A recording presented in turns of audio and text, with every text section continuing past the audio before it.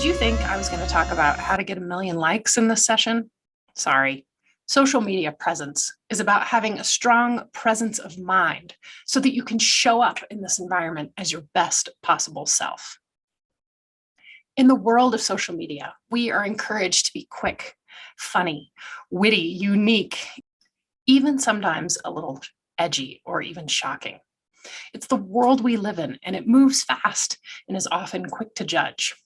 We don't even take the time to think about the things that we're saying, the effects of our comments, or the consequences of our actions.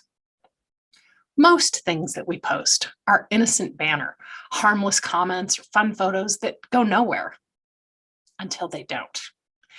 We may think that the things that we're posting are trivial until they mess with our very being. They somehow find a way to creep into our mind and make us feel bad, sad, even hopeless.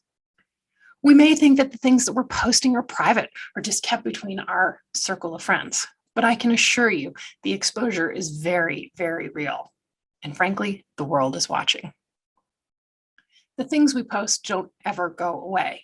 And all of a sudden, one click can take on a life of its own. And well, as the saying goes, you can't stuff that cat back in the bag. I'm going to address the elephant in the room. And that is exactly, what is social media doing to us? How can we make better choices so that we can show up online and in person as our best possible selfie? Then let's talk about what's really happening in our world when it comes to social media, because it really is way more about your own feelings of self-worth. It's about a true sense of belonging, not the electronic friendships. It's about protecting yourself and your reputation, and most importantly, preserving your legacy for many, many years to come. Research is just starting to surface about the long-term effects of too much exposure to social media. Would you believe they've actually likened it to a gambling addiction? Too much exposure to social media has also been associated with depression, lack of sleep, poor school performance, chronic self-doubt, even physical illness. I mean, honestly, what if I were to say to you, come join my club, we're guaranteed to make you depressed, sick, dumb, and paranoid? Would you sign up? No? Well, when it comes to social media, we have signed up. In fact, we all sign up every day, often without even knowing what the consequences might be. We all struggle with finding a balance between too much and not enough, between making good choices and going down that rabbit hole. We can't help compare ourselves to others on social media.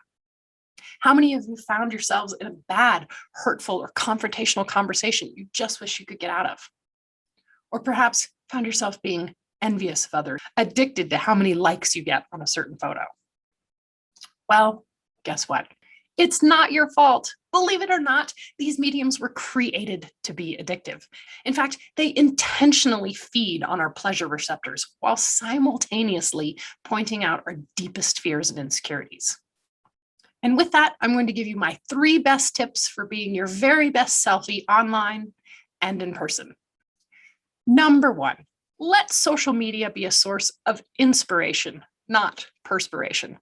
Turn off those evil notifications. Do you know they say that the average person is interrupted 37 times in an hour? How can we possibly get anything done with that level of distractions? Instead of being jealous, be motivated. Go ahead and book that beach vacation that looks fantastic, or do the workout that's making someone have ripped arms. Use social media to style your outfits. I can't even begin to tell you the number of things I've learned on TikTok. Number 2, be selective in your responses. You don't have to reply. One of my favorite quotes by Calvin Coolidge is, "I've never been hurt by something I didn't say." So if you find yourself in hot water or involved in a conversation that just doesn't feel right, it's perfectly acceptable to walk away. You can close your account or simply hide or ignore posts from someone who is potentially being toxic. Take some time to gain a little perspective on the situation, or perhaps let your feelings heal a little bit. Life is simply too short to continue to engage with people who are negative or give you bad feelings. Because let's face it, when it comes to social media, those who care typically don't matter, and those who matter don't care. Post what makes you feel good. Do what inspires you. And number 3, always point positive.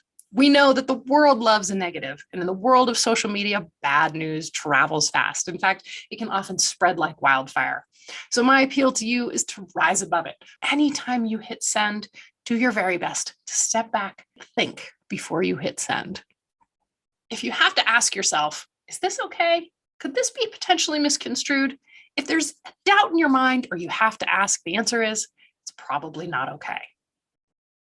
Well, the one thing we have control over in life is how we allocate our time.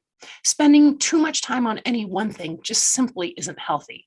And worse, spending time on something that makes you feel bad, is negative, or doesn't bring you joy is even more of a waste of time. I implore you to rise above these machines that are fooling you into thinking they're your best friends. Find real connections with real people, classmates, and peers. I want you to take a minute and think about 2 people that genuinely make you feel loved, valuable, and appreciated. Did anyone's laptop pop into mind? Your Instagram account? Your Twitter feed? Probably not. We're searching for validation from a machine. Talk about looking for love in all the wrong places. The truth is, the best way to find validation is through human connections, not the number of times somebody presses the like button. So I implore you to put down your phone, step away from your computer, head out into the world, and make some real friends. We'll see you soon.